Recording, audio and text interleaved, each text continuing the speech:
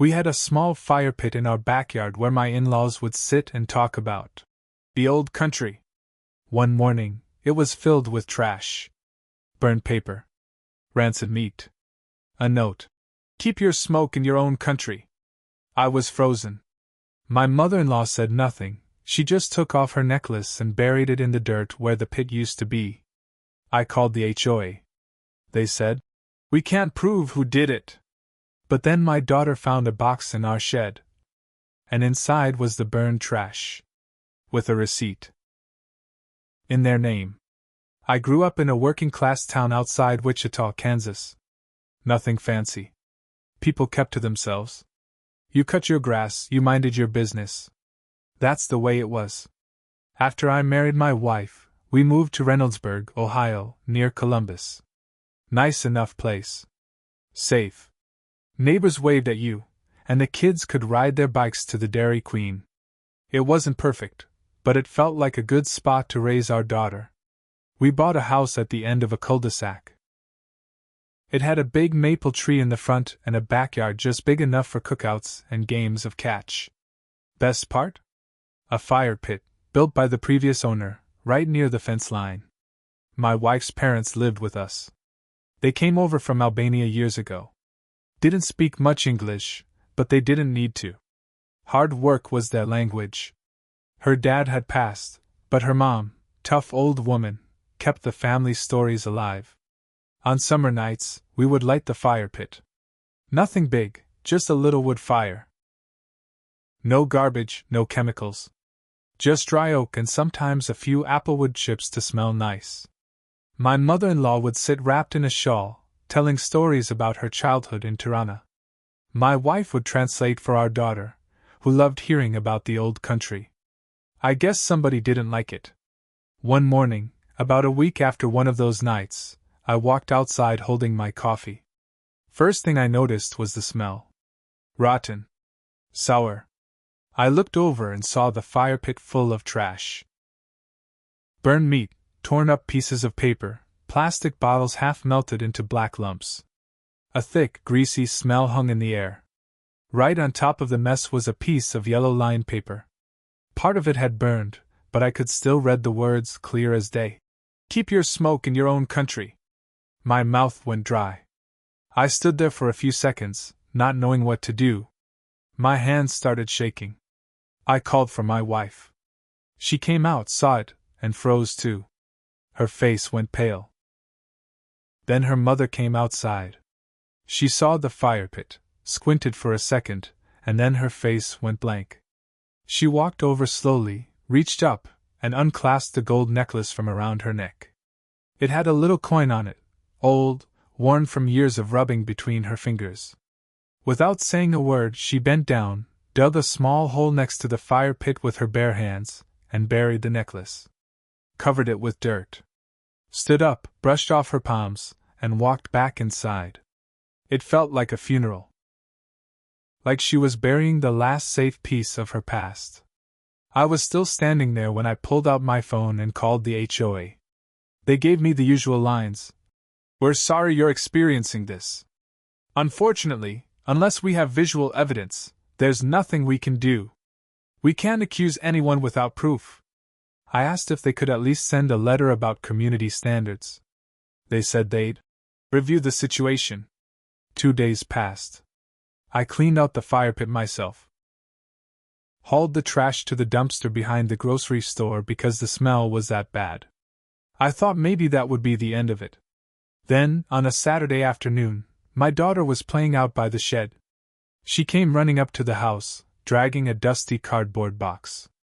She said she found it behind the Christmas lights. I popped it open. Inside was the same burnt trash from the fire pit, the same rotten meat, the melted plastic, the torn-up papers. I could tell by the smell and the stains. And tucked among it all was a crumpled-up receipt. It was for meat, lighter fluid, and paper goods. Bought 2 days before the fire pit incident. The name on the receipt? Rick J. Collins. His address was printed on it too, the same street. 2 doors down. Rick was a bitter man in his late 50s. He barely waved. His wife would cross the street if she saw us walking the dog. I'd caught him more than once giving my wife's family these long, nasty looks when they sat outside speaking Albanian. I always chalked it up to being old and grumpy. Now I knew better. I had a box full of proof. And I had a decision to make. I didn't tell my wife right away about the receipt. I needed to think. I sat in the garage that night with a six-pack and that box on the floor next to me. I kept looking at Rick's name, printed clear as day. No denying it. I thought about the note. Keep your smoke in your own country. It wasn't just about smoke. It was about us. About them not wanting people like my wife's family around. And they thought they could get away with it. I could call the cops, sure. But what would they do? Maybe a warning? Maybe a fine? I knew how these things usually went. A slap on the wrist and nothing more. I wanted Rick to hurt. Not physically. I'm not stupid.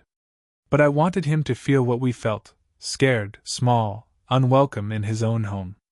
I came up with a plan. First thing, I made copies of the receipt. Not just one or two. Dozens. Then I scanned it into my computer, just in case.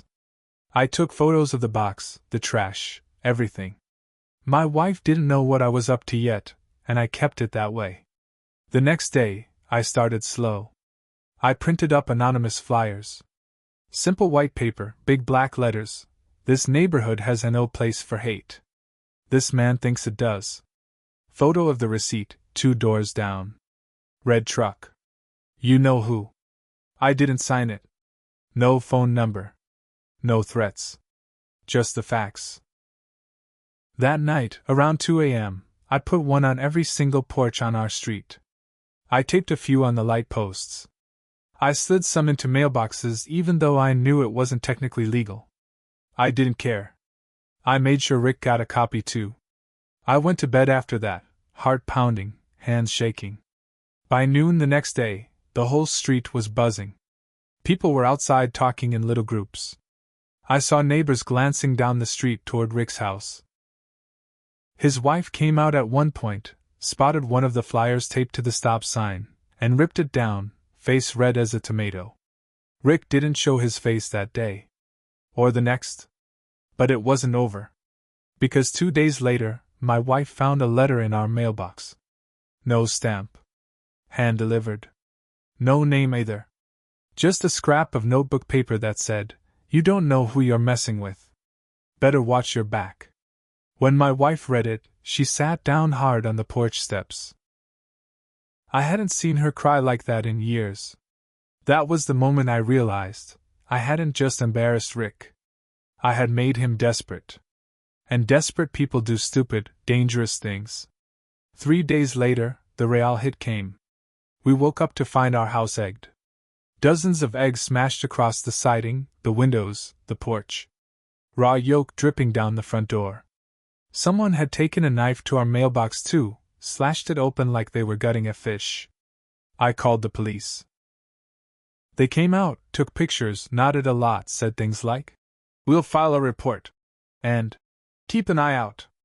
But it was clear, unless someone caught Rick red-handed, nothing was going to happen. The HOA sent a mass email about recent vandalism, but didn't name names. They didn't want to get sued. Rick and his wife? Still hiding inside their house like rats. That's when my mother-in-law, the woman who had buried her necklace in the dirt, did something I didn't expect. She pulled me aside one evening. She pressed a small, worn photo into my hand. It was a picture of her family standing outside a burned-down house. Albania, 1978. Political trouble. Retaliation. She looked me in the eye and said, in her thick accent, "You don't fight hate with fear. You fight it with truth." She wanted me to be smarter than Rick. So I changed my plan. No more flyers. No more baiting. Instead, I went public. I posted everything, the burned trash, the note, the receipt. On the local Reynoldsburg Facebook group. Over 8,000 members. I didn't name Rick directly, but I put enough information that anyone who lived nearby would know. The post exploded.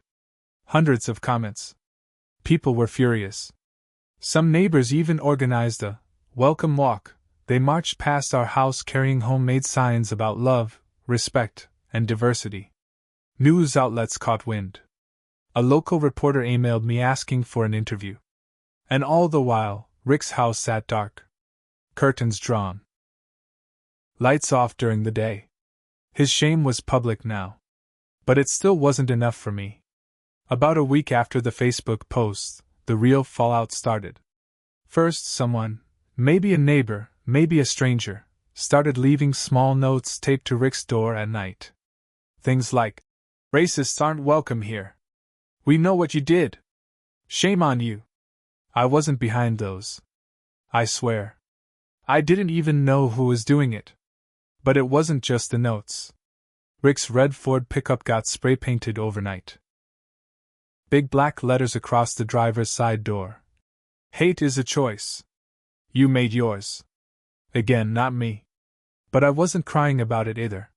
His wife tried to scrub it off the next morning. Neighbors stood on their porches watching her. Nobody offered to help. I heard from one neighbor, a guy named Larry who lived across the street, that Rick had gone to the HOA screaming for them to do something about the harassment. The HOA president supposedly laughed at him. "You made your bed," she told him. Now here's where it got even worse for Rick. Turns out, he ran a small landscaping business on the side. Nothing huge, just local jobs, lawn care, minor contracting work. Most of his clients were from around the neighborhood. When the Facebook post blew up, people found out the name of his business. And they dragged him online. Bad reviews poured in. Pictures of the burned trash and racist note got attached to his Google listing. Clients canceled contracts. A couple of businesses he mowed for dropped him overnight. By the second week of this, Rick's truck sat unused in his driveway. I saw for sale signs going up in his windows. The man couldn't even walk his dog without getting dirty looks from every direction. Good. Still, the anger burned inside me. I wasn't done. Not even close. Because while Rick was hiding, my wife was still scared to let our daughter play outside. My mother-in-law kept all the blinds drawn. Every night she sat at the window, watching. We weren't healed. Not yet. So I made one last move.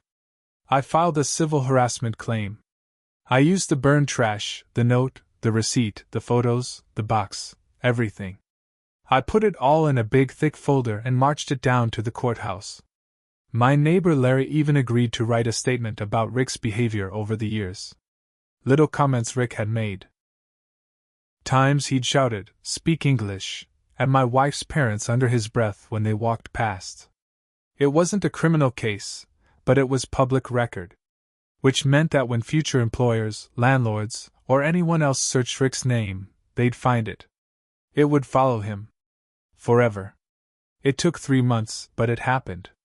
The day the "for sale" sign went up in Rick's front yard was the day I knew it was over. I watched from my front porch with a cold beer in my hand as a real estate agent hammered the sign into the ground. Rick came outside a few minutes later, his face red and sweaty, dragging trash bags to the curb. His wife wasn't helping. She just stood by their cracked mailbox, staring at the ground like she couldn't even believe where they had ended up. Some of the other neighbors stood outside too. Nobody said a word to them. It was a slow, humiliating death. Word got around that Rick had gotten dropped by 3 more clients. His business was basically dead. His truck sat rusting because nobody would buy it after what got spray painted on it. He couldn't even get a decent price. No one wanted to buy their house either. They had to lower the asking price 3 times. Lost almost $40,000. On his last day in the neighborhood, Rick tried to slink out quietly. Early morning, U-Haul in the driveway. But not quiet enough. Me, Larry, and a few others just stood in the street, arms crossed, watching. Rick glared at me once. Eyes full of hate. I stared back, steady. I didn't say anything. I didn't need to. He knew. He loaded the last box into the truck, slammed the door, and peeled out of the cul-de-sac without a word. Gone. Just like that. But here's the thing no one tells you about revenge. It doesn't really fix anything. My wife still flinched when she heard loud trucks outside. My mother-in-law never dug up her necklace. It stayed buried under the dirt where the fire pit used to be. My daughter started asking questions about why people hate others just for being different. I took down the fire pit. Couldn't look at it anymore. We stayed. We rebuilt. We healed, slowly, piece by piece. But there's a scar now. One that doesn't go away. I don't regret what I did. Rick deserved every second of it. But if I'm honest, some nights, when the wind blows just right, I can still smell the rotten meat burning in the back of my mind. And I wonder if that hate he tried to plant here left deeper roots than any of us ever realized.